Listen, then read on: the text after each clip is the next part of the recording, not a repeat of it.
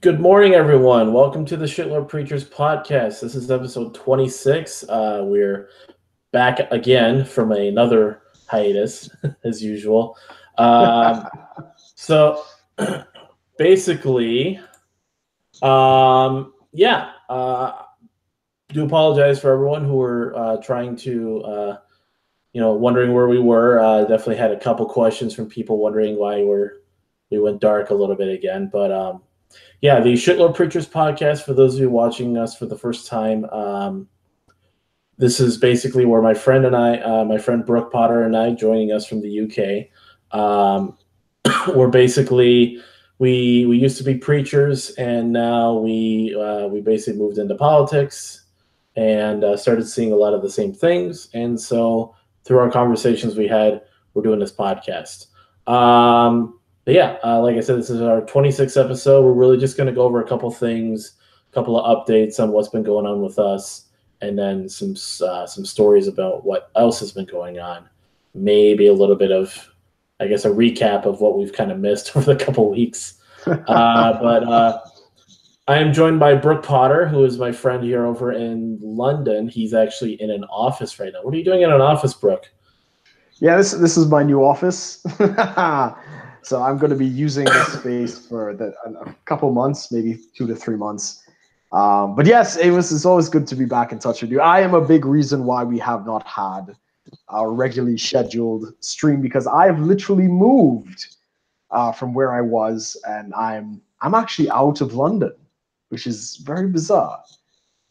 I'm like right on the border between London and another state. I'm not gonna say where it is. But yeah. So I mean, because of that, I have no internet in my house. I have a couple other things, we're installing all of that stuff. So I'm going to be using the office for a while, just because they've got a Wi-Fi here. Right. But yeah. So as Amos said, rightly so, we used to be itinerant ministers and conference speakers and these types of things. And the same nonsense that we saw in the religious world, we see it in the political world. And ironically, that's a conversation I've been having with a lot of the people out here, like especially people in the libertarian groups and the liberalists and stuff like that. This seems to be a kind of like a common thread. A lot of people have come from very conservative backgrounds and other things, and maybe not always religious, but they've seen the nonsense and they can discern when things aren't adding up. So we're here to discuss what's going on, what we've missed. Oh, I mean, we've missed so much. And Amos, you were a big star in the Eurasia podcast recently. Tell us all about that. So I was recently contacted by the Lost Eurasians. It's a group of, it's a couple of guys. So you have the Angry Shark J, you have Pill Eater, and every now and then the Forgotten Nationalist. For those of you who maybe have kept up with us, I did appear on the Hapa Ethno State live stream with Hapa Supremacy over there, and we actually had those, at least Pill Eater and the Forgotten Nationalists, they were there. Kind of a half ironic. I mean, a couple of us were there kind of ironically joking about the Hapa Ethno State. A couple of others are a little more serious, like would actually want something like that to happen.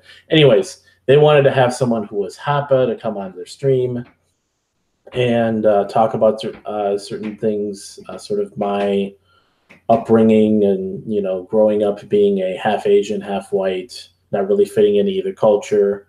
But really, we kind of started getting into a lot of red pill, which is something we haven't talked a lot about on the Shitlord Preachers, but it's something I definitely have, I guess, in terms of the topics, when it comes to, I guess, the most topics I'm most enthusiastic about it nowadays is the red pill. Politics is definitely still going to be there as a close second, really.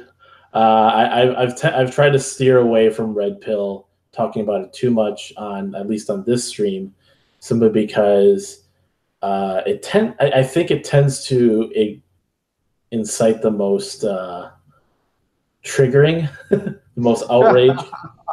I'll post all day about libertarian stuff, and it might go somewhere. But then as soon as I tweet something about the few times I tweeted some red pill, quotes and whatnot, it spread far and wide. At least a lot more far and wide than I would expect anything to go. So, yeah, it was about 2 hours. If you guys want to check them out, it's the Lost Eurasians. I mean, you look them up on YouTube. It's the most recent stream they did. I will definitely put the link below.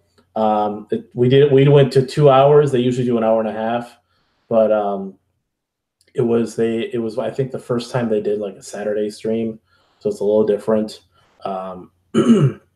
But they also want me to come back and talk about some other things, and which is really cool. And shout out to them. Definitely thanks for having me on their stream. But also tonight I'll be on the Hapa Supremacy channel with Shane and Nico for their Hapa month. So I guess October now is Hapa Heritage Month. I'm feeling very left out now, Amos. Well, see, I'm here with we got different things going on, man. You've got your channel. Yeah, I do. And I have like a lot of real life stuff, so I get it. Right. And also, for those of you I haven't mentioned this at all, at least not on Twitter and YouTube here, but Think Liberty. So if you guys remember Chris from Think Liberty that we had on a while ago, and also we had Mike Ursery, or the Liberty Ginger, the other time as well. Both of them are part of Think Liberty. Chris is one of the actually considered part of their leadership sort of board of directors group. And Mike and I are now, Mike has been a writer, and I just became a writer for them. I published an article on Congratulations, Amos. Congratulations. It's all free work now, so. But we're discussing ideas about that as well. Right. So, started writing.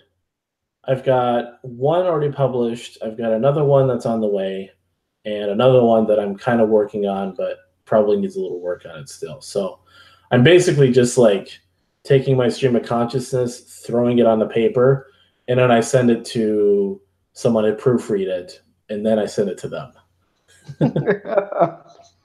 Because I got the ideas, but I don't have the writing skills. So hopefully that'll improve with time. It's like anything. Once you keep doing it, you get better at it. Just keep at it, man. I'm very happy for you, bro. Other than that, not much. That's good. That's good. But we're gonna kind of start off with Brook, because Brook went to, what was it, the UK Libertarians? Like they had another conference going on. Yeah. So I mean, earlier this year in January, they had their annual conference in London. Excuse me. And very well attended. It was about at least 250 people that were there. And again, you have to understand, libertarian out here is basically considered an anarcho type of group out here. So it's considered a very extremist in mainstream public life. So it is a very small party out here. But I mean, again, the issues that we deal with in the UK are very different to what you guys have to fight in the US, because we don't have a constitution in the UK, right? So you're basically dealing with 4 semi-independent countries, and this massive bureaucratic behemoth, which is Parliament, that basically could do whatever it wants. There's really no restraints. Our constitution is Parliament is sovereign, right? So we have a lot of issues out here in that regard. So anyway, one of the first things I did when I first moved out to the UK was to join the Libertarian Party and get involved. And they're great people out there, that I've been meeting with them every month when I can out at the London group. I'm going to try and get out to where I am now. There's a local chapter out here as well, and I'm going to try and get it out to there as well. But nonetheless, they tried to do something outside of London for this conference. And now it's not the annual conference because they already had that in January.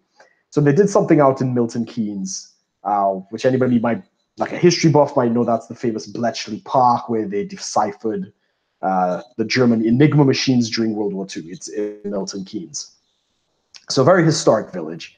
And it was really entertaining. We had like a couple of the people that I was very taken with was Godfrey Bloom. I mean, the American audience probably wouldn't know who he is, but he's this, rather senior gentleman that goes to the European Parliament, and he basically, shits all over every idea they have, and calls them a bunch of idiots and fascists, and command the women to get back in the kitchen and this kinds of stuff. I mean, great guy. He's fantastic. In fact, when he was introduced on the stand, the party leader, he came up and said, "Ladies, I hope you clean behind your fridges because our next speaker is Jeffrey Bloom, also Godfrey Bloom." And at first I didn't get it, and then he started talking. It's like, oh right, of course, it's his constant cracks that women should be cleaning and stuff like that, right? So I mean, he was very entertaining. He spoke for about 20 minutes. I was hoping to get a picture with him. I didn't get the chance, but he really talked about, at least out here in the UK, the burden of taxation that we're dealing with. It's at a completely unsustainable level. A simple thing like a pack of cigarettes out here costs anywhere between £8 to £10. So that's about $15 give or take. Well, between 13 and $15. Oh my God. And 90% of that is taxes. Right. So like we really should be paying £1, maybe £2 for a pack of cigarettes. But instead we're paying £8 and £10. That means like up to £8 of that is just taxes. I mean, that's the level of state, taxation we're dealing with. I mean, I don't smoke, so I wasn't even aware of this. The gasoline tax, it's 150% tax on the gasoline. What? That means for every pound that we spend, right, another £1.50 is required in taxation. So like every pound of gas that we get, that's the currency for those who may not know. We use pounds and pence. So I don't mean the weight of gas. I mean the currency of the UK is the pound. But it's ridiculous. It's absolutely ridiculous. Even the car taxes out here. I mean, I don't have a car out here. I used to have one back in my home country. It's like 100% taxation, or maybe it's like 50%. What's the price of gas per liter? Because you guys will buy per liter, right? Yeah, I think we do it by liter. It's like $3.55. $3.55 pence. £3. Okay, $3.55, and then times 3.7 liters per gallon. Yeah, give or take. So 13, and then pound to dollar is 1.3. 1.3 dollars. No, for every pound is 1.3. So you multiply that by 1.3. $17 a gallon, everyone. $17 a gallon. There you go. 17 a gallon. So okay, so if it's 17 a gallon, what are we at? Like, I mean, the most expensive I've seen it is like $2.80 a gallon. So if it's 17 divided by 6 times as expensive, everyone. You're not lying. And this is the crazy thing, right? So the cheap option in the UK has always been diesel. So if you wanted a car, I'm sure it's the same in Trinidad. Diesel is the cheapest option. I don't actually think it's that cheap in the US for some reason, but now they're trying to ban diesel cars, because of the emissions and environmental laws and other things like that. So the poor man on the street who's already driving basically a clown car, because all the cars here are tiny. I mean, they're being, really taxed up the ass with these things, man. Tax free. Not only it's on the gas, you also got what's called the MOT, which means your car has to be inspected every year. There's a fee for that. The insurance out here is ridiculous in terms of the actual costing. So like when I had a brand new car back in Trinidad and Tobago, I would spend about the equivalent of maybe £500 a year, right? Out here, they're spending like £100 to £200 a month to get the insurance for the car. Now, Trinidad is tiny. It's not even the size of London in comparison to population, and we have cheaper insurance. We're a much bigger country out here. Economies of scale would dictate that this should be cheaper, but it's not. It's not. And a lot of that is just the mountainous regulation that has been put on the insurance companies, the cost of compliance. It's ridiculous. So, I mean, not to go too far off track, but Godfrey Bloom is a great guy. Anybody who's interested, you should listen to his clips on YouTube where he's just lambasting the European Parliament. Get that internalized misogyny rolling. Yeah, he's totally, I mean, he's like 60 something, possibly going into 70 years old. And he comes from that era and stuff like that. I think his wife is like half his age though, but that's another story. That's red pill. That's I mean, he's a man. I mean, because it's really awesome. And apparently he's been banned from a number of universities out in the UK. Even his autobiography was banned from being sold at the Conservative Party and a lot of these other places because somewhere within its pages is a picture of him at his like bachelor party before he got married, where he's buried his head in a bunch of fantastic tits, as he says. But yeah, apparently that's too offensive for this modern generation. So yeah, the live stream got shut down. But yeah, I mean, he's such a character. He's great. I mean, he did a great speech about the EU complaining about people who don't pay their taxes. They might have offshore accounts and stuff like that. And he went on to like a 10-minute rant basically saying, well, nobody in the EU actually pays their taxes. In terms of the EU Parliament, the bureaucratic thing, they all have exemptions and special privileges and stuff like that. So it's the heights of hypocrisy for them to complain about people trying to keep more of their money when members of the EU don't actually pay their taxes. And he does it like mercilessly. So he's absolutely fantastic. Right. Yeah. So he recently spoke at the UKIP meeting. For anybody who knows the War Plan Purple, which is Sargon, Count Dankula, Milo Yiannopoulos, Paul Joseph Watson, and others. They have joined what's called the UK Independence Party, and this is the party that, in truth, is responsible for giving us the Brexit vote because they were taking votes from the Conservatives. The Conservatives panicked and said, all right, we'll do the referendum. But yeah, Godfrey Bloom went out and he said, it's a great party. He had a good time speaking with them, but he's a libertarian. He's always been a libertarian. And, you can't beat the Libertarian Caucus and the Liberty, Freedom people and stuff like that. So he was an absolute joy to listen to. And the points he made were great. I mean, my girlfriend was there with me. It's the first time she ever heard of him. And she was just rolling laughing at all the comments he was making. And upon his departure, he had quite a fanfare. She walked up to him and asked him, what's the best broom and dustpan that she could get, on the market right now. And he completely laughed. And it was like, yeah, he gives his wife a hard time. Last year, he got her a deep fryer for her birthday. But there's such good humor and stuff. And one more person of absolute note. So between these two gentlemen, they absolutely stole the show. Is the guy called Mark Littlewood. He is the chairperson of the Institute of Economic Affairs, the IEA. And it is a libertarian think tank out here, one of the oldest, I think, in the Western world. I might be wrong, but I believe it is. It was a very wealthy gentleman back in the 1940s.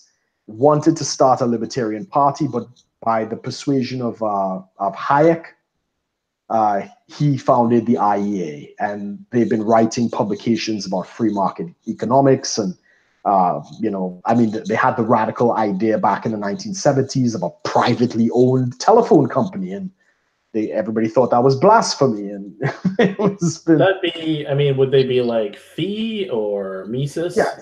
They would be in the line of Fee and Mises. I think the Mises Institute came a little later, so the IEA was one of the first.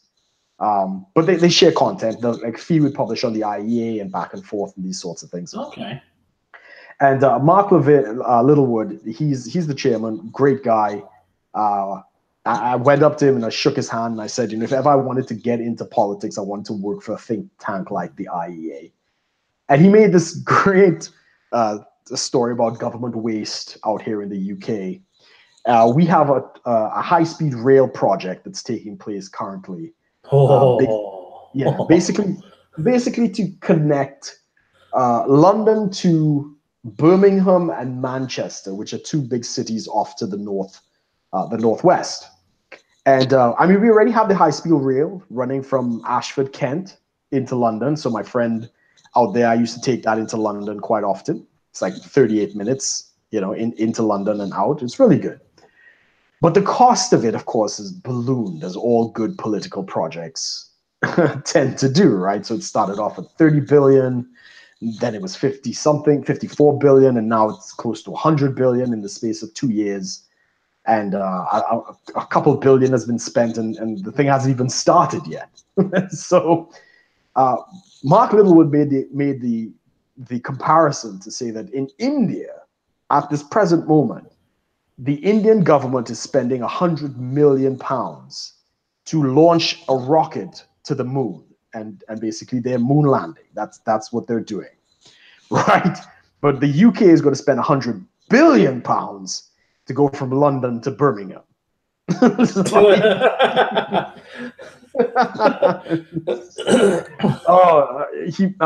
Anyway, nonetheless, he was fantastic. He was a great speaker. And one of the big announcements that came out of this, and it's really big for the party, I have to give, it is a very small party, membership within the, couple of thousands and stuff like that. One of the MEPs, which is a member of the European Parliament, recently left UKIP in favor of the Libertarian Party. His name was Bill Etheridge. And it was a big announcement. This is our first MEP that's in the European Parliament. The banner is up, the flag is up. So it's good exposure for the party. He's going to be speaking and espousing libertarian principles of freedoms and free markets, these other things. So it's a blow to UKIP in that sense, because I mean, all of the other MEPs are UKIP MEPs. But to have a guy like Bill Etheridge come across is quite phenomenal. So yeah, it's. I mean, everybody was quite flabbergasted. Nobody thought that this early in such a small party we'd have that kind of representation. So it was really exciting. Definitely outdone the American Libertarian Party, that's for sure. Just by one representative. Yeah, we're still trying to get Gary Johnson somewhere. And what about your guy Larry Sharp for the New York race? How is he looking? Is he in the running? Well, when you're the only thing that he's lacking in is funding. Sure. He's definitely getting people to show up. It's just there's a lot of polls showing him as a really close second. Right. His big thing is to basically tap into the basically voters that don't vote. Right. So I think the turnout rate for New York State is 30%. Sure. So that's a whole 70% of the population that he's trying to tap into, with people who are either tired of just the same old politics, or just people who are like trying to see what's going to happen with this election. Because I mean, his big thing is he's really harping on the fact that 100,000 New Yorkers leave every year. Right. No one's staying, and he's just like, I'm going to stay and help fix this. And got a lot of good ideas. Pretty much, I'd say is one of the best I've seen for just being the most electable, reasonable, pragmatic candidates that can take that first step in a more libertarian direction for, a whole state. Now, there are definitely other state candidates, and you haven't heard much about them because it's just tricky. So, sure. When is the New York State election? November. It's November. It's pretty much so the midterms, depending upon what state you're in, that 4-year term they serve is kind of offset. They don't all line up on the same election. So right. I mean, I like the guy. I enjoyed his interview on Harper Supremacy. I think I listened to him on Joe Rogan as well. He's got a sharp sense of humor, man. So I mean, I don't get the U.S. news out here. I don't even have a television out here. So, but do keep me posted on this progress. He's been a guy that I've enjoyed listening to. It's good that he's talking about Cuomo, as he calls the king Cuomo, Right? And really pushing and like trying to get people to understand that this guy is just establishment politics to the max. Like Cuomo is not very subtle with showing his intentions to actually run for president, right? And just take that establishment to the next level of, pump more money here, pump more money there, and disregard the same old disregard that everything's just not changing and people are leaving the state. We're a great state, and and throwing in that extra hashtag resistance, resisting Trump nonsense. He's trying to really like tap into the people who aren't voting, and to vote and to just dethrone the king, because Cuomo, I guess, is not really popular. So right. It's. I think if he's in the second place running, that's really good. That's very impressive. Yeah, it's pretty much Cuomo, and then you have your sacrificial lamb Republican, right, and then Larry Sharpe. So as long as Larry is still, it's tricky because like it just feels like a Gary Johnson all over again. Not like they're the same person. Larry Sharpe, I think, is a lot better as a political candidate, but third parties we're just huge underdogs in a way. Yeah, it's tough. So it's like you want, but it's like it could totally not happen. I mean, I'm amazed that in the UK Parliament, and this is true because we actually do have, so the big parties, as the Republicans would be the Conservatives in if I were to do the comparison, and Democrats would be Labour. So those are the two monster parties that we have out here. But ironically, we actually have a couple other small parties represented. We've got what is it? You got UKIP. We got UKIP, which is the United Kingdom Independence Party. We have a person in the Greens that they actually get in. We got some SNP, which is Scottish nationalists. Yep. Yeah, Scottish nationalists. But they're just Scottish socialists. Well, yes. But they replaced Labour. So Labour, Scotland used to be a Labour stronghold. But when they started the SNP, which was the Scottish Nationalist Party, Labour got trounced. And now Labour, unless we have mass immigration, which tends to be the case right now, Labour's done for at least a generation. But anyway, we actually have a pretty diverse parliament. None of these small parties have any real power, but we actually have a pretty diverse parliament, even for a first past the post system, which is quite surprising. So you guys have trans Muslim women? I don't know if they're in the parliament, but I'm sure we have them somewhere. Not that diverse.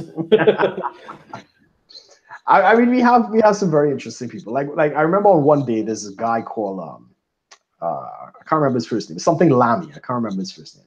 A black guy, and he's typical SJW. The UK is racist, and white people evil, and all that kind of nonsense. And at the same time, there was an African woman. I believe she was Nigerian, on the Conservative side, giving a speech in the Parliament Hall about how great the UK was, that a woman, an immigrant from Nigeria, could come to the UK. She was educated, I think, at Cambridge.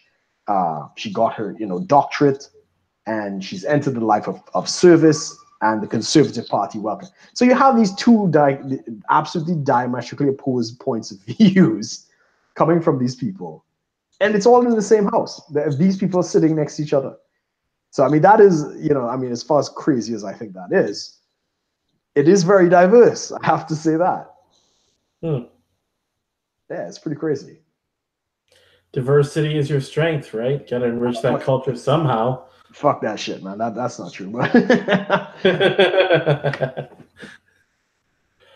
Was there? I guess was there any other like topics they brought up at the Libertarian Conference that was really interesting? Or I mean, there was a lot of stuff that was brought up. Like as I say, my girlfriend Holly was there. She's not much of a political animal. She's gotten more into it because I'm into it. But a lot of the things like she would not have heard. Like she used to work for the Young Conservatives. I'm not sure where, somewhere in Hertfordshire. And so she was always involved in these kinds of things. And she said she was at this conference and she was hearing things that she'd never heard at any of the meetings that she'd ever been to for the Young Conservatives. Because these guys were discussing monetary policy, the gold standard, sound money, Bitcoin. They were going off about, what to do about the national debt, whether we should just we should pay it off or if we should just default on the debt because it's just so big and it's immoral to hand that off to the kids. They were discussing what to do about the NHS, which is the National Health Service. My friend Harley, who's on Facebook, he does some good stuff. He was part of that debate, and he made a fantastic point about the NHS, about all these people out there who praise the NHS. If it wasn't for the NHS, I would have died in this accident, or my father would have died, or whatever. And Harley just quite, frankly said, well, of course you have to thank the NHS. You have no other choice, right? So it's not like you could have gone somewhere else. This is all we have. So as much as anybody who's ever been healed of anything, of course they have to thank the NHS because that's it. That's the only game in town. But they're also responsible for all the deaths that they don't like to talk about. And this one gentleman, he spoke up in the crowd about his trip to America, and he had some friends who unfortunately contracted cancer, and they had to sell their house to pay for the treatment, and now they're kind of living on the charity of friends and family.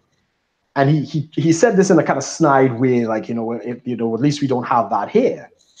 To which I responded, well, I didn't respond, but some people there afterwards, we went up and spoke to him and said, well, at least those Americans are alive. The ones out here that the NHS gets in their service, most of them die because it takes so long to diagnose that they have cancer in the first place. And then the rest of them, they don't live long enough to get the treatment. So it's not a boast at all, So anyway, my point was the conversation was caliber topics. It wasn't a lot of fluffy things like, oh, we're going to raise taxes on the rich or free tuition and stuff. It was like real solutions. The Mark Littlewood speech was very much about using emotional epitaphs and emotions to try and get the principles across. Because, how do you campaign as a libertarian? You basically go up and say, well, I'm not going to give you anything. It's like, it's a tough sell. It's a very tough sell. So he basically said, well, instead use the victims of the current system. So for instance, out here in the UK, we have to pay for watching the television, right? We have, you have to buy a TV license every year. It's like £140 a year that goes to the ever-inflated BBC budget and pays for people's pensions and other things like that. And he says that 90% of court, like civil court cases, like small court, in the small court, 90% of that is people not paying for their TV license. And beyond that, 60% of the people who end up fined or even end up in prison are women over the age of 45 who have not paid their TV license. Now, those are the kinds of figures that we should be discussing and being like, because of this leftover Cold War, nonsense, these elderly women who just want to watch, their game shows and these other things are being thrown into prison for not paying their TV license. And that's the kind of, it's the same thing that you and I discussed about how the Libertarian Party isn't necessarily offering a lot of solutions, which is why some people go off and find like the alt-right and other things because they're dealing with real issues right now. Mark Littlewood was trying to address that and being like, no, if you're going to campaign on these things, you really need substance, and don't just convey the principle or the process. Give them something that they can hold on to and be like, right, this is wrong and this needs to change. Right. I mean, I think the biggest difference you want to see the healthcare. I was just when you brought up the NHS, I kept thinking about the comparison that I got to start using now. The American healthcare system is good at keeping people alive. Yes. The UK health system is good at keeping people healthy. No, that's understand what I'm saying. Uh-huh. Keeping them healthy, not making them healthy, and not keeping them alive either. Right. So as long as you're not using the NHS because you're healthy, you'll be fine. Or even, I mean, if you're just doing checkups and stuff, yeah, you can do that. You know, Yeah. people are feeling the incentive to go get checkups and take just a lot of preventative treatments and stuff. Yeah, it can keep you healthy. It won't make you healthy, and they won't. I guess the wording, I got to work on that a little bit, but yeah, because even that's not really true, because there is terrible preventative care in the NHS, right? I keep hearing about people basically saying, "Hey, you can just go get a checkup done." I got to wait a bit, but I can just go get one done, and it's like, yeah, what we have, our emergency rooms are filled with drunks who've like sprained their ankle and people with their colds who they have the sniffles. So because we're paying this national health insurance, everybody feels entitled to use the service, no matter how big or how small, their ailment. And right. like I was talking to one of the paramedic drivers, like an ambulance driver, a couple of days ago, and he basically says that most of the calls that he gets are drunken, disorderly conduct that people just need to sleep it off. Like you're calling an ambulance to take you to the hospital because you're drunk and you can't feel your face. Well, maybe if you slept it off, you'll be fine. But the thinking is, well, I'm paying for this thing. It's free, so I'm entitled to use it. And there's an overuse of the services with this frivolous nonsense. So how I guess how would I change that phrasing then? The American healthcare system is good at keeping people alive. British healthcare system is good at something? I don't know. I'll get back to you because, as you know, I'm not the biggest fan of the NHS. I don't think anyone is. I mean, if you're in an accident and if you have like an emergency, immediate situation, like our mutual friend broke his arm, right? Now, that's not something you could wait for, because if a broken arm is not set properly within a certain amount of time, you're going to have complications. So the NHS is good at emergency care. So if you're in a car accident and they ship your body, or you pull you out of the car wreck and they take you to, you'll get excellent care, right? They're not very good. We kind of do too. Yeah, you have very efficient emergency rooms, and a lot of people in the UK don't know this, that it is illegal to turn anybody away from an emergency room in the US. So people are not dying in the streets or anything like that.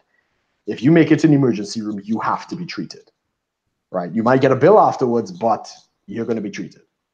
Oh no, that happens here too. Well, that is the American system. Out here, everything's free. Oh, I get what you're saying. Yeah. Right. So in America, it's illegal to turn anybody away from an emergency room even if they can't pay. Right. So a lot of the poor and other things, they rely on the emergency room for care. So this idea that Americans are dying in the streets, it's just nonsense. But out here, if you're in the emergency room, you have a very good chance of survival. But if you're going through the bureaucracy, like the GP system, to get a checkup and then get tests run and stuff like that, just pray there's nothing wrong with you. And it better not be serious. It's just because, yeah, if it's serious, you're pretty likely not to survive the duration of the wait time.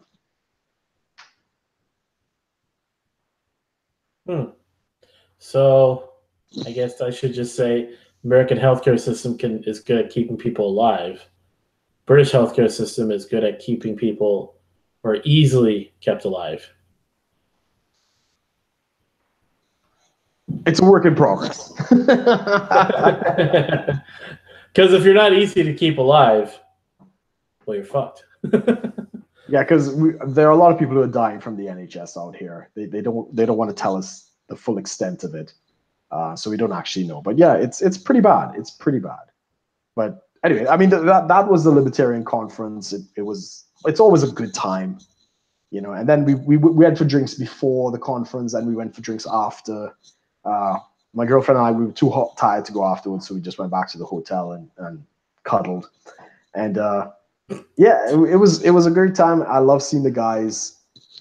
I'm libertarian through and through, man. I think those guys are doing a great job.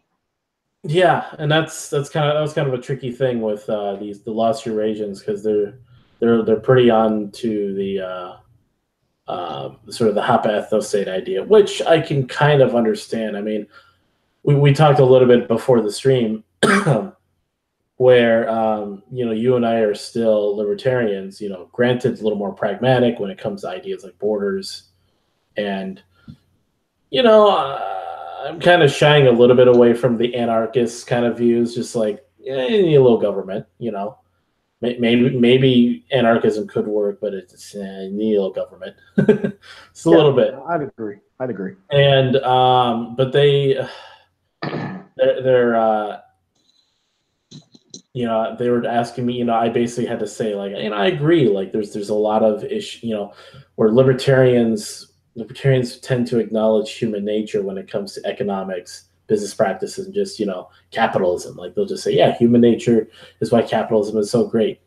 But they won't address human nature when it comes to some of the things with like, well, with like tribalism, and just, you know, how there is definitely differences between people. Now, you know, the implications of that is why I don't take any, you know, really espouse a lot of these ideas, is because when you start talking about some of the more controversial ideas that the people who are more nationalistic, who are more, I guess even considered, I don't know if ethnocentric would be the right word, but people who are really pushing for sort of wanting to preserve their race, it's like, I can get that. I mean, most people we just behave that way in general. Correct. I mean, as much as interracial relationships and marriages are totally legal and fine, they just don't happen a lot. I mean, it's on the rise, but it's nowhere near, you know, a genocidal problem, right? It's not wiping out any. Like genocide. Oh. Yeah, it's not wiping out, you know, the white race or anything. Yeah, that's a controversial topic. I'm not going to get into it. Oh no! That's why I kind of did the whole white. Yeah. Let's not get into it. No, but it's just like, you know, you can have your, you know, there is progress. We are seeing progressive ideas, you know, happen, but we're still humans. We still have these tribalistic instincts that just, they may not make us, you know, they're not making all of us to be a bunch of, like, you know, nationalists or supremacists of our own race, but we just behave a certain way, you know? Correct. People tend to associate with people who look like them. That's, you know, when a person is saying, you know, I've got black friends, it's like, yeah, because you can. Right, exactly. But how much time are you, you know, I had this conversation with some of the guys at our Sarcasm and Liberty on a stream, said, you know, yeah, you have black friends, but realistically though, and it's nothing against your black friend, and this is not any racist thing, how much time do you actually spend with them? Right. Percentage wise, you know, are you spending most of the time with your family and friends who are white? Now, is that saying you're a racist? No. That's just how you behave. Correct. You know, just because, you know, I'll transition a little bit away from this, but we talk about like red pill. It's like, just because we find that there are certain behaviors that men and women exhibit doesn't mean unless it says anything about us as, you know, as the sexes, you know. Correct. Just because it's what's a good one that we can compare? Just because you know, okay, so like the difference between the common belief that, you know, a man who sleeps with multiple women over the course of his life is seen as a player, or sort of like a more of an alpha guy, just a guy that has game, versus a woman who sleeps around a lot seen as a slut. Correct. That's not sexism or patriarchy. That's evolution. Correct. Just how we behave. In the same way we have these tribalistic instincts. So yeah, correct. I mean, as the old adage goes, like, which is more valuable? A key that could unlock any lock, or a lock that could open from any key? Right. Right. And there's definitely studies that also you can look these up. There's plenty of studies, that show the more partners a woman has had in her lifetime, the higher the likelihood of her to have a divorce when she gets married. Yeah. I think it's like when it starts crossing up to 20 people, she actually has problems pair bonding, like the endorphins and not the endorphins, oxytocin, right? That it's the pair bonding chemicals. There's a resistance in the brain, and it's not as capable of forming those kinds of bonds. I mean, you're literally creating, when you are exhibiting basically the feelings you get from the honeymoon phase of a relationship. These feelings of love and passion that form sort of the short-term love, like I said, the honeymoon phase. You keep going through that. Correct. I mean, does that exhibit, as far as doesn't do anything to a man? Or are we just do we have a lower issue with that? I don't think, you mean if the woman is sleeping around, if that does something to the man, or if the man sleeps around, if the man is sleeping around, what is that actually doing to us? Yeah, no, it doesn't impair us. And again, it's the breeding strategy, right? So men have unlimited sperm being produced, right? So women do not. They have a limited number of eggs. They have a limited fertility window. They're going to be laid up for 9 months. So the breeding strategy would seek to pair bond with a good male who's going to give her good genes and protect her and stuff like that. That is evolutionary. She wants to pair bond with that strong male. Now, the men don't have those impairments, right? We don't get pregnant. We don't have all of that other kinds of stuff, right? Right. So yeah, I mean, historically, men have been polygamous, and we've had harems, and the kings have had harems, and all this other kinds of stuff. So yeah, evolutionarily, I don't think having multiple partners for men necessarily impairs them in any capacity. And I mean, even Rollo would kind of say that, and I mean, this is a controversial statement. If you really want to spark fire on Twitter, let's do it. A woman doesn't mind sharing a high quality man. Right. Oh yeah, I was actually just thinking of that. I just talked about that the other day. Yeah. I mentioned that on the Lost Eurasians podcast, and I mentioned there was someone that they knew and I knew that commented, that followed me on Twitter because I posted that thing. Basically, women would be more willing to share, the alpha male, the high value male, than settle for the Mr. Dependable beta. Yeah. No, yeah, it also goes into kind of with the studies they've done on the brain. So when a man is basically exposed visually to a hot woman who's maybe scantily clad, maybe completely naked, but a woman, the parts of his brain that light up are exhibited like he's seeing an object, like tools, like a tool. And women think we're a bunch of pigs, when that's an extension of just our looking back at the cavemen had to quickly make a judgment call on viability. Like, okay, does she have childbearing hips? Does she have some large breasts to feed the baby? Does she do does she do all these? Does she have all these things? And like examining a tool, using a tool, boom, boom, boom, make that call. Correct. Conquer and be done. And why is it that we can achieve orgasm a little bit faster than a woman? It's just, You have guys that have ways of lasting longer and stuff, but I mean, really, you know, without any use of techniques or whatever, it is, you know, pump and dump. Yeah, because if you spend too long evolutionarily screwing your woman, you got eaten by a tiger. Yeah. Right. So I mean, all the genes for having like long sex and stuff like that probably died out. exactly. You know, now what would be the evolutionary reason for a woman to like have, well, no, I'm not gonna get into that. That'd be a little tricky. Like why women have multiple orgasms? Oh well, I mean the orgasm itself actually triggers the cervix to it extends, and so if there's any semen in her vagina, it saps it up. It's yeah.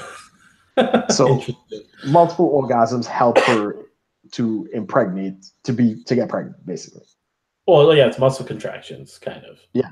Okay, that makes more sense now. But I mean, even you look at was it Brett Weinstein?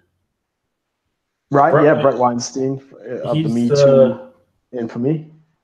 Yeah. No, he wasn't Me Too. No. No, he was the professor, wasn't he? Yeah, Brett is the professor. Brett and Eric. Right. Okay. And then you have the other Weinstein. Right. The Me Too. Yeah. Brett was the Evergreen College one. That's right. Right. So when he was on Joe Rogan, him and his wife, they were talking about sort of animals, evolution, stuff like this. I don't know if I think I told you about this before, but it was interesting that they brought up that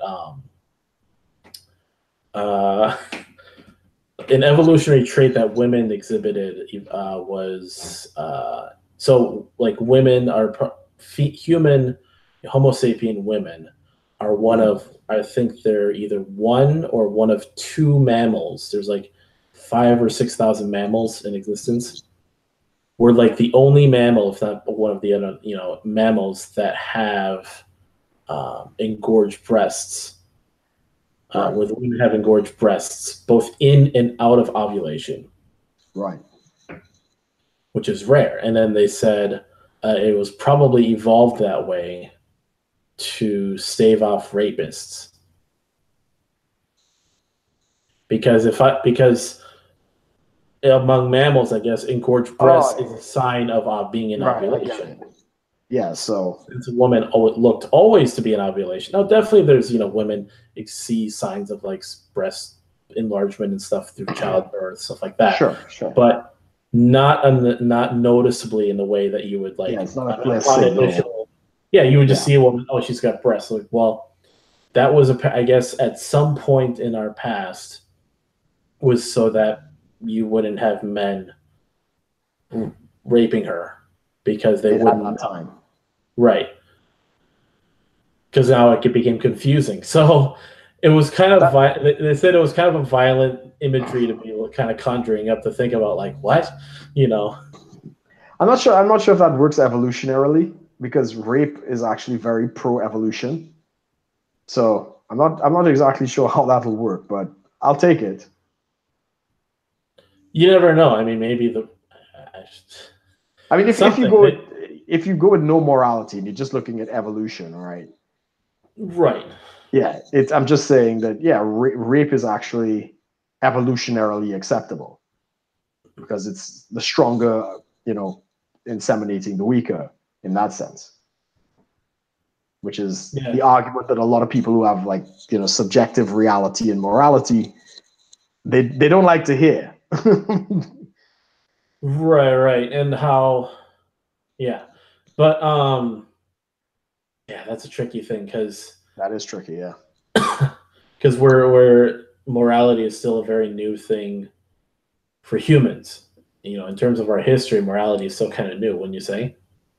Yeah. In terms of civilized society, is what you mean. Even that, yeah. Yeah, it's it's a pretty new incarnation in terms of our existence. But yeah, I agree.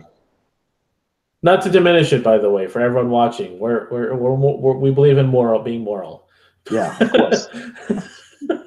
It's tricky. You have these conversations. People get triggered saying you think like morality is like some evolutionary like blip, and it's just not important. It's pretty crazy. No, I know we're getting a little bit into red pill. So, if anyone's wondering what red pill is, how would you explain red pill, Brooke? Well, there are two popular meanings, right? So, of course, this is a play off the movie The Matrix, where Neo and Morpheus have a conversation, and he's offered two pills. One is the red pill, one is the blue pill. And the blue pill puts you back into the Matrix like nothing ever happened. The red pill shows you how deep the rabbit hole goes. So that's the connotation. More popularly used tends to be the red pill in terms of you've encountered a truth that is contrary to what the mainstream has been basically telling you, right? So a lot of the anti-skeptics on YouTube and stuff like that, they talk about their red pilling and, you know, their awakening or their wokeness to current events and issues and stuff like that. So I think that is the more mainstream use of it. However, the red pill in the manosphere, which I think was used long before the skeptic community and these other people adopted it, has to do with the realization of intersexual dynamics, that the things that we're told about men and women to be true are actually not true. So all the Disneyfication and, you know, all those kind of fairy tale stories and stuff like that, and those terrible romantic movies where, you know, the guy professes his love to the woman and she just falls into his arms. All of that programming turns out to be completely false.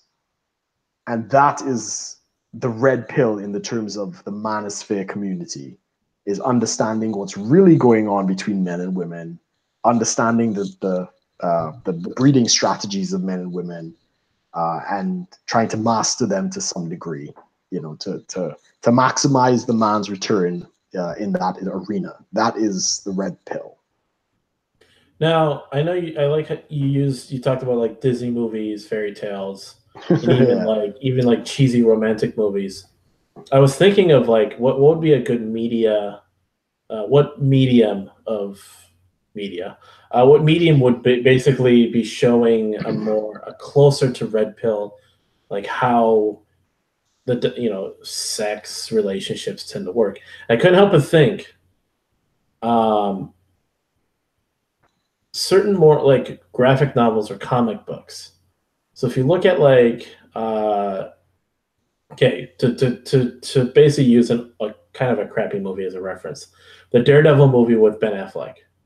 Okay. I was just thinking about that for some reason. So there's a scene where he meets Jennifer Garner, who's Elektra, and basically they're like doing like this like kind of friendly sparring that gets a little serious, and that's how they hit him off. And they kind of have this like implied passionate lovemaking scene. Sure. And you know, she dies, that whole thing. And just that tension turns sort of a romance, but they're not like doing all the lovey-dovey, ushy-gushy stuff.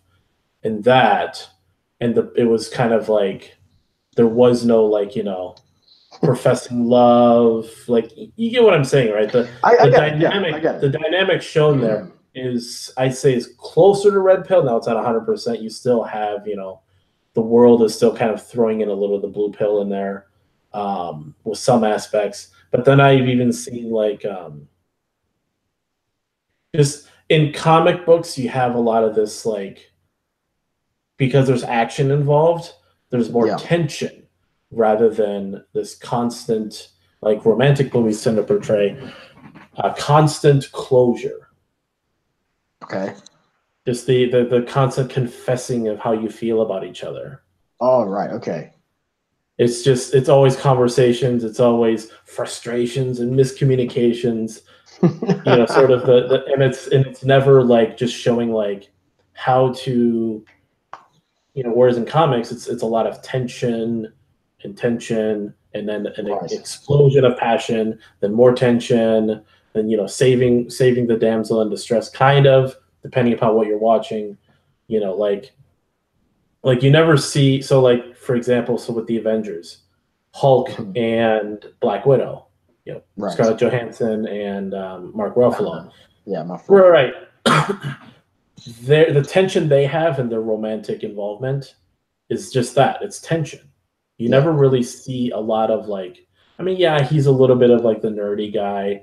He's kind of struggling between the nerdy, Banner versus the Hulk. Right. But you never really see them getting all like lovey-dovey and stuff. Sure.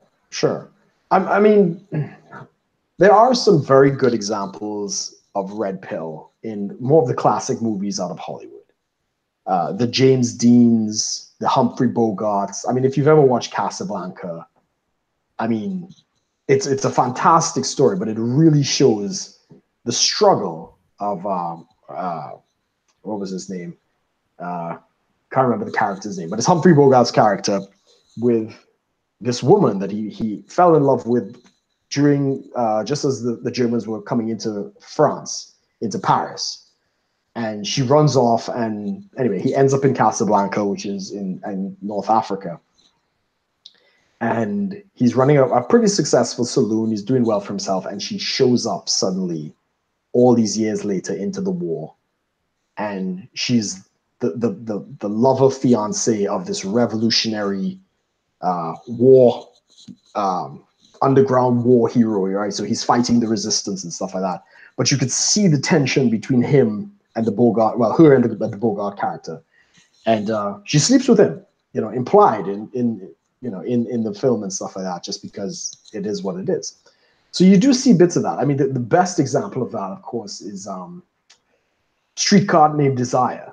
Again, it was a stage show.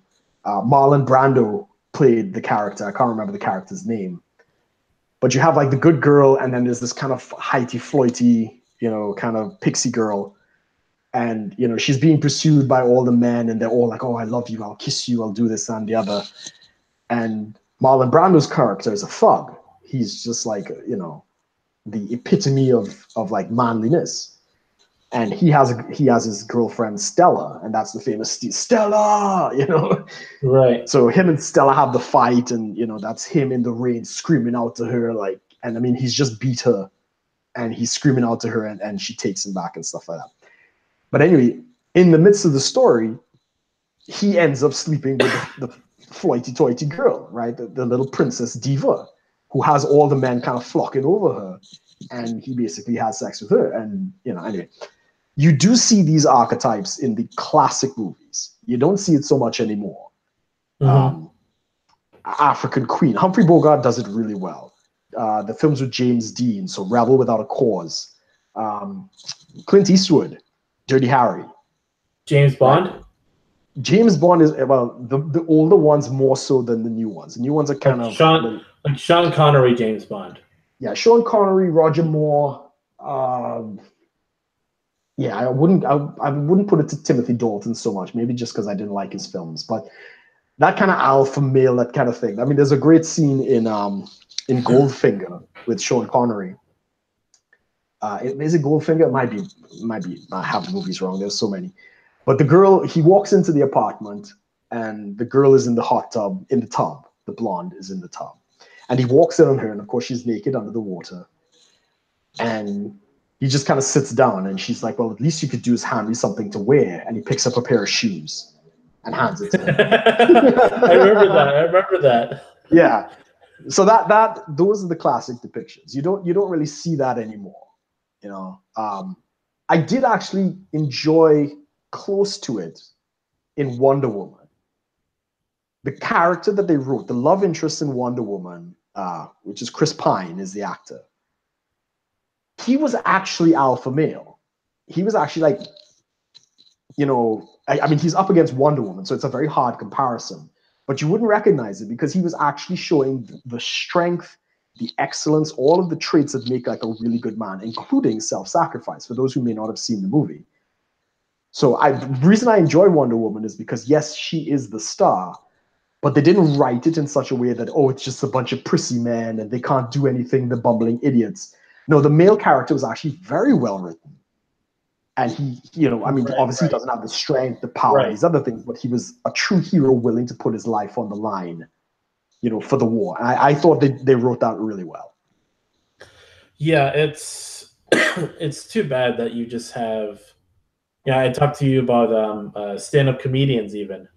Yeah. So I listen to a lot of these stand-up comics. I try to stick with a lot of more old school guys. A lot of the new ones are really tough to listen to because I mean a lot of so you get a lot of these guys who are maybe in their late 30s, late 40s even. These sort of older middle-aged comedians that they tend to be pretty popular because they tend to talk about probably the most relevant things, life stuff.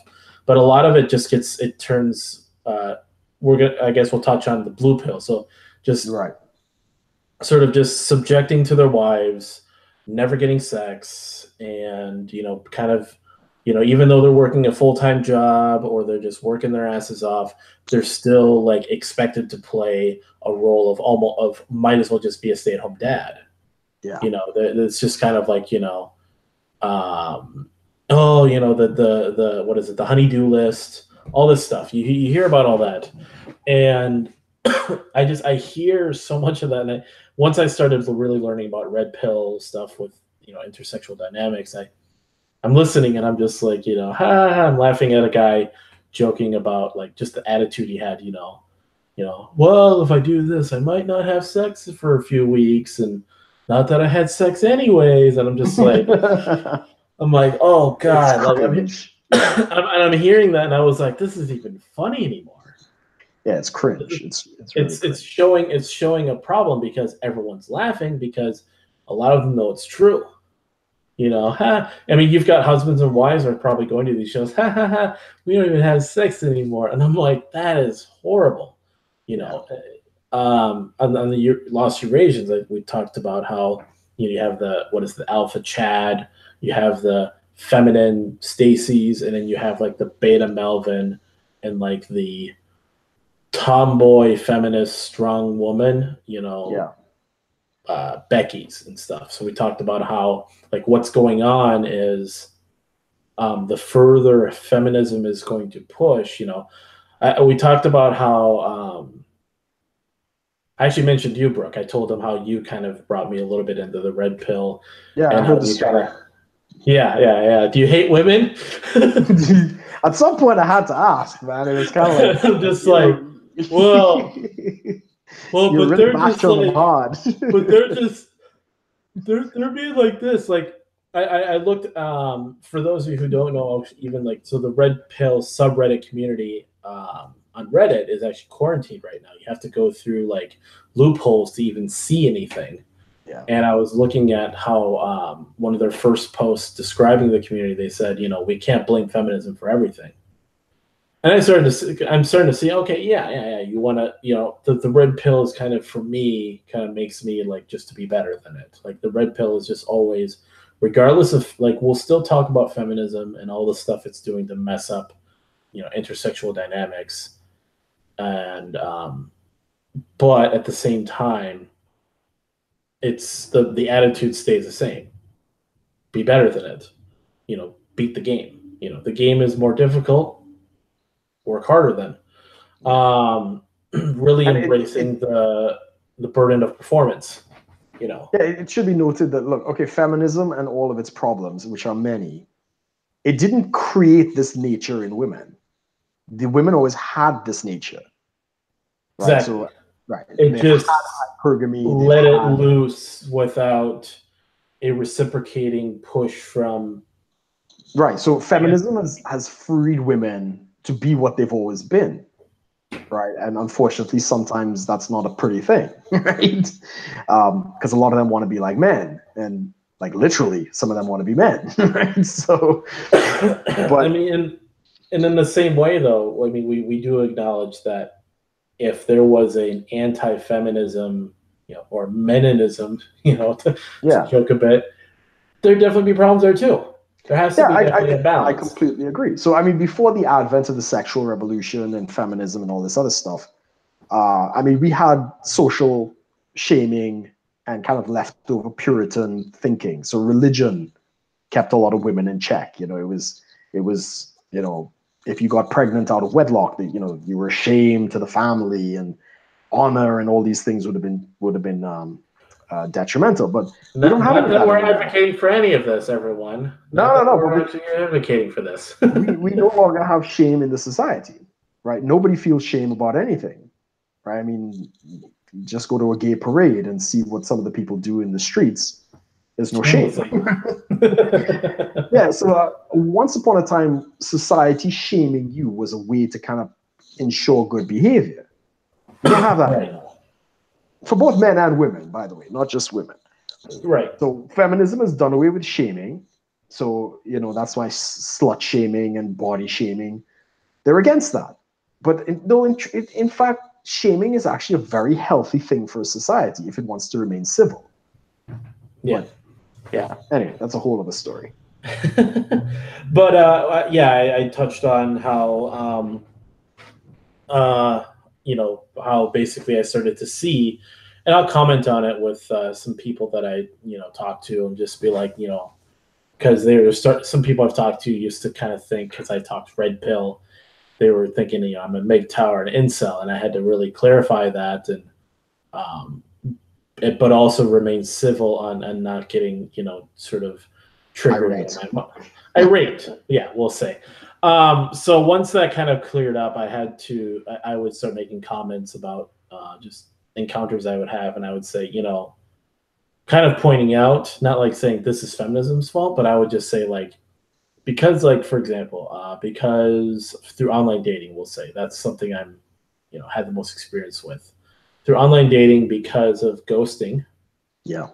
Because of or just ridiculous profiles with highly, unreachable goals, or just goals that just aren't realistic. You have these women that are they're 20 years old and they already want a real man that's gonna commit now, and it's no, that's not how this works. Correct. Just dictating everything before you even message them. You got to be 6 foot tall. You've got to be this shape. There's plenty of that too, but and then there's also a lot of course, leftist, progressive, just nonsense. You have these women with, 10 different genders listed on their profile. Straight, heteroflexible, questioning, queer, non-binary. Oh my God. I'm like, wait. Doesn't just one cancel the other? It's this cancels this cancels this. And I remember showing you that. I'm like, what the fuck is up with these women? They're looking, really, they look gorgeous, and they're posting all this stuff. What is this? Yeah, it's fucking brain syphilis. That's what it is. Yeah, and then so you were that's where you started questioning me. You hate women. Stop questioning me, Brooke. Look at you mad. But that's where I've started to made comments where I'm like, this is the kind of stuff is doing this stupid stuff is what makes some men turn incel or MGTOW. You sit there and you bitch, women, not just feminists, but even just more, what I consider to be more of the strong women types. Just they have a strong sense of feminism, but they're not feminists. Yeah. They'll even just go, well, men are just a bunch they'll shit on MGTOWs and incels because they exist. Yeah. They're not doing anything to them, but they exist. I mean, I get the whole, there's incels that are actually doing things, have really violent tendencies. That's definitely a problem. But they sit there and think it's all on them. Oh, they're just losers. Yeah. Yeah, and you constantly doing that is just going to make more of them. You with your, empowerment it has basically gone wrong. Yeah. I mean, my girlfriend had a confrontation with a MGTOW at the Libertarian meetup actually in London, and really? Yeah, he and I are good friends, and he's actually very good friends with TFM, Turd Filling a Monkey, who was interviewed by the Red Man Group. So I mean, we both get it. We both understand the MGTOW mentality. I get that. I get the incel thing. But you and I both choose that you can be better You know, the game is rigged. All right, just be better and get better quality, you know, people. But anyway, so my girlfriend had this confrontation with him after maybe a couple too many drinks. And she was upset with him because she basically, exactly what you're saying. I mean, he's not doing anything to her. He's, you know, they're not in any kind of relationship, nothing like that. But she was upset with him because she thinks there's a woman out there who's probably looking for a decent guy, and he's a decent guy, and he's refusing to give that woman a chance because of his philosophy. How is she entitled to him? No, exactly. Which is the female imperative, right? So right. That's another, you know, we're throwing out some terms here for people who are watching, but yeah, the female imperative. I guess the female imperative. How would you describe that? It's solipsism. It's women believing that the world revolves around them. And this is not just, you know, different women, different things. In general, when you speak to women, you notice it on different levels. You know, sometimes it could just be a casual. They just, the way they're wired, they might it might just be a slight comment they make versus women who literally think they're the center of the universe. Correct. I mean, it's different levels of it, but since, again, going back, since feminism, since the sexual revolution of the 60s, and also since we've left the farms, since fathers are now going off to work, and you know, basically kids no longer have as much access to their father as they used to, because we used to all work on the farms. Right. Women have taken on a much bigger role in the terms of raising children and ultimately shaping society, you know, whether we like it or not. And that has given them this entitlement thinking that what they say goes. And you have a whole generation of men that have been raised to get the approval of women. Right. So they think if they can, you know, be nice to them or whatever the case is, they need affirmation from women. And this is fed into this entire female imperative, where they think that they set the standards. And that's never how it was. Men always set the standards. But now this is what women think, and it's the issue. So anytime you hear a woman say, well, a real man does this, or a real man has this. Right. A mutual friend that we had, you know, if you were a real man, you know, his wife would tell him all the time, if you were a real man, you'll get a real job. And he'd basically spin around and be like, woman, I'm a real man whether I have a job or not. Like, exactly. The issue with that mentality, like, yes, women should get real men, but exactly. Men also deserve real women. Real women. Thank you. So you get this mentality that's just kind of, they don't see the reciprocation. Like, it has to be both ways. So they think, you know, I deserve a man. I deserve to be loved because I am a real woman. Because I put up with two kids. I deserve a man. It's like, okay, what do you have to offer to him? Yeah. You know, because I'm not sitting here saying, you know, because you have, that's sort of the downfall of the MGTOW incel as well. You know, what do we deserve? It's like the red pill is you know, us trying to put forth an effort, but there still has to be a reciprocation, you know. And I guess the more red pill past that we've had for men was we did pursue women. You know, we'd make that first step to pursue, but if she didn't have much to offer, next woman. Yeah. And I mean, in the past, women had a lot to offer.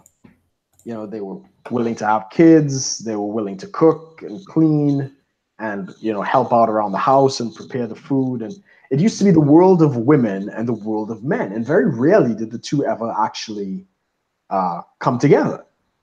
You know, there's a great psychologist that she's done a lot of work on that particular subject. I can't remember her name offhand.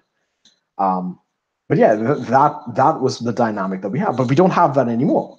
Now women are now moving into the space where men are, right? So they're sharing the space between the men and the women. And the roles, of course, have completely shifted. And the biggest fallout of that, of course, is the kids. The kids are not getting the male assurance. They're not getting the male influence and the female influence and these other things. So yeah, there's definitely a generation that has been raised up that don't have a lot of those strong influences. And because of that breakdown in these dynamics and these gender roles and other stuff, just nothing is sacred. Everything's just kind of, all over the place. And yeah, that's definitely an issue. That's definitely, there's a very good book by this, I can't remember the guy's name. It's called No More Mr. Nice Guy. I think I sent you a copy of that, Amos. I'm not sure. You should have it somewhere. I did, yeah. You should read the book. It's really good. It's one of the, yeah, you got it? Let me grab it quick. Okay.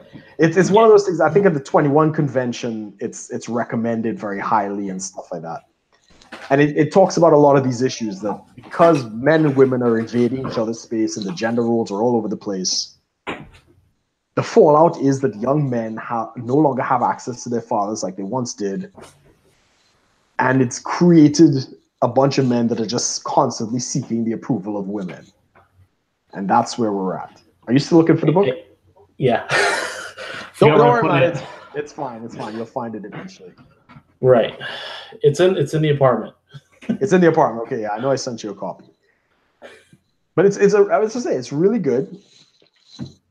And what ends up happening, right, is the incels and the MGTOWs, and even I'll throw in the nice guys, right? The nice guys, even they might be dating, they might actually be getting sex and stuff, but they screw it up by being nice guys, right? Well, that would just be betas in a sense, wouldn't they? Right. If you want to call them betas, you could call them betas, right? Because they've handed over the authority to women, and they've been programmed through Disney and other sources. Give women what they want, and they'll have their needs met. And that's not how it works, right? So like my girlfriend is constantly telling me maybe she should find herself a cock because I don't give her the things that she wants. In terms of, I don't compliment her all the time. I don't call her all the time. I'm not like all lovey-dovey and stuff like that. And I said, well, if you want that, go and find a cock. Go find, one of these beta guys. I'm not gonna relinquish frame just for you, right?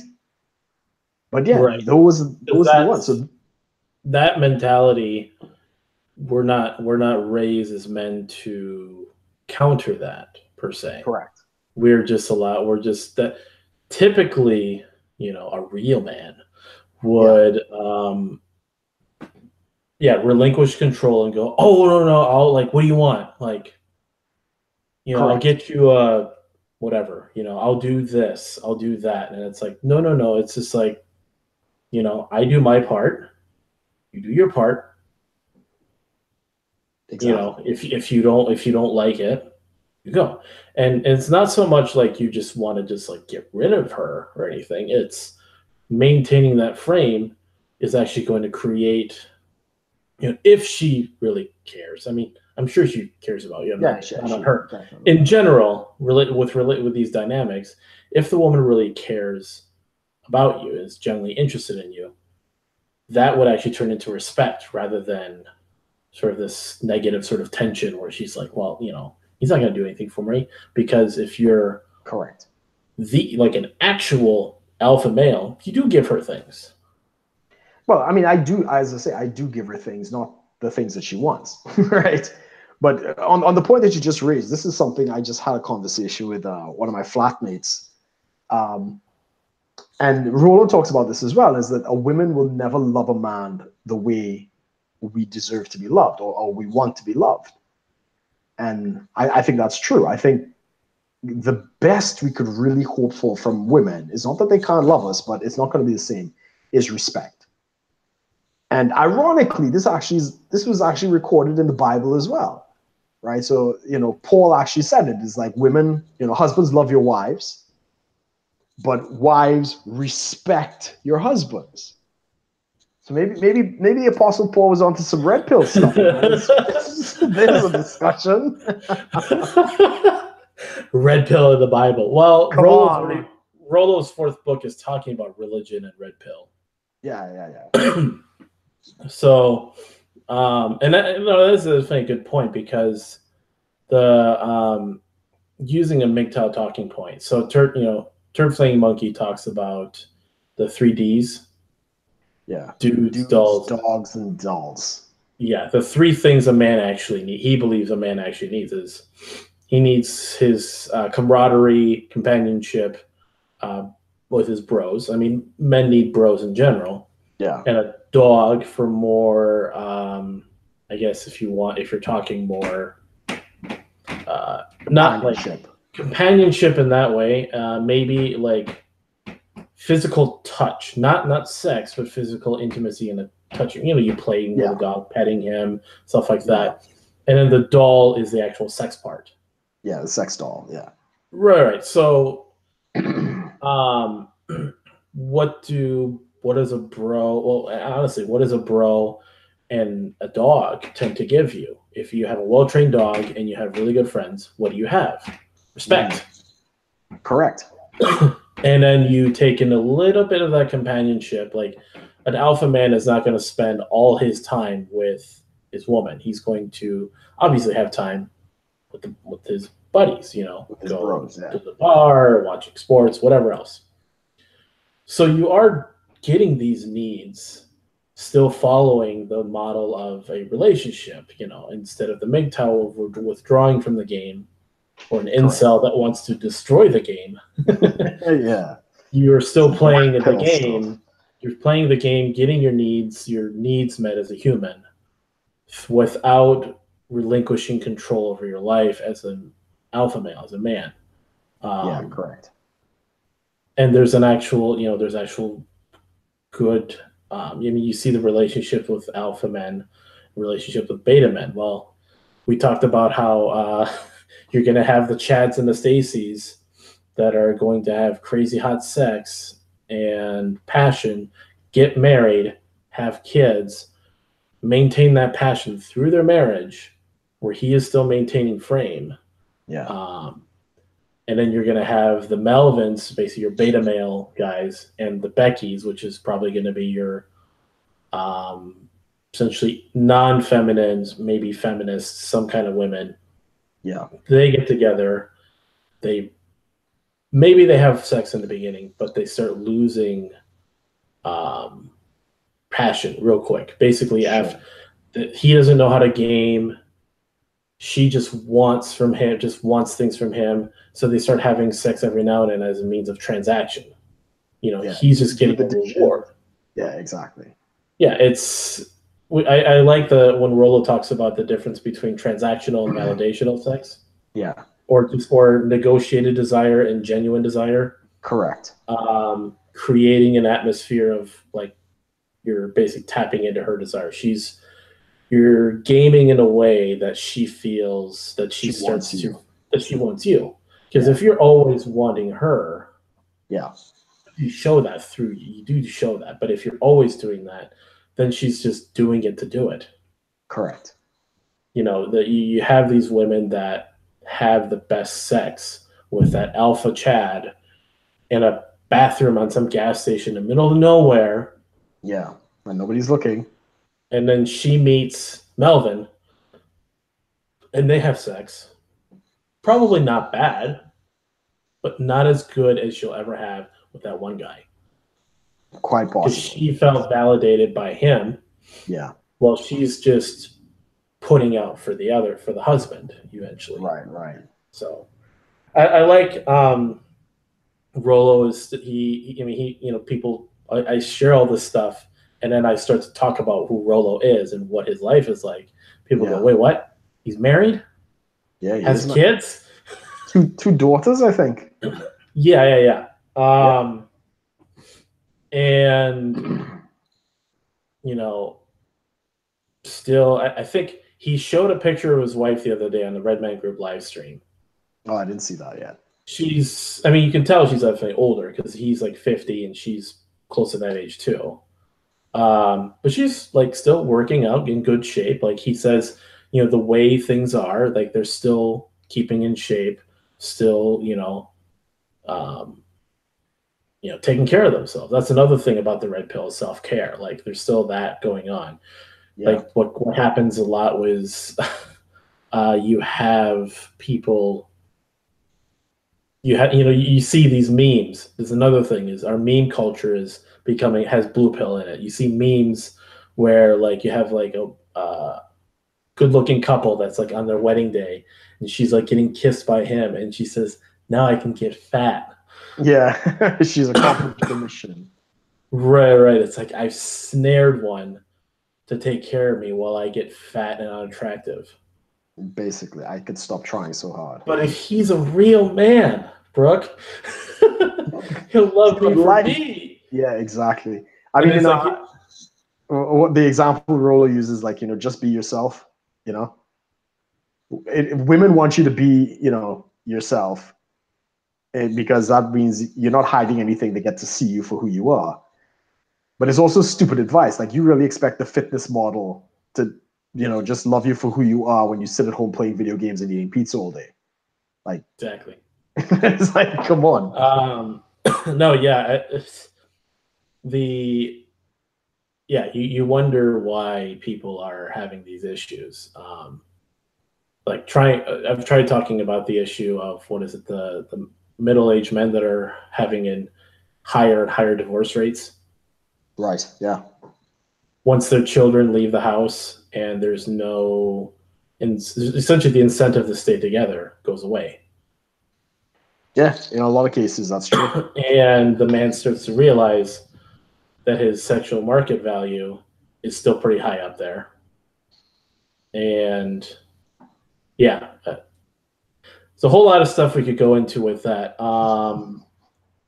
We definitely. What do you think? Do you think we should talk more on that in future streams? I'm all for red pill discussions, bro. We could really get into it, and there's a lot of resources. I think it needs to be said. So talking about it definitely, I think, helps motivate the practicing part. Because if I'm just sitting here reading it and just looking at it all on my own, I'm like, all right, now let's go do this. Yeah, exactly. I talk about it more. Yeah, we could do it next week. We could do another one and kind of maybe plan it out. Definitely seeing it though. Well, yeah, the bunch of things I'll talk about next week. So once you get set up at your new place, right? Yeah. Well, the internet is being installed, I think, this week, Wednesday. So I don't have to use the office for that. So I'll be a little more free to be able to discuss and stuff like that. I mean, the cleaning staff is going to be here pretty soon, so I've got to be out of here. All right, man. All right. Well, thanks everyone for joining us. I know we're kind of going between different topics, but we'll definitely have a little bit of more structured stream for next week. Check out me tonight at 7:30 Central Time this evening. I'll be on Hapa Supremacy, their channel, talking about Hapa Month. And yeah, tune in with us next week, Monday at 11. Yeah, I'll definitely tell them that. Anything you want to add real quick? Anything you want to plug quick, Brooke? No. Thanks for watching. Be sure to follow us on social media. All the links will be provided below, and we will catch you next time. Sounds good. Have a good day, guys. Take care, guys. Wait.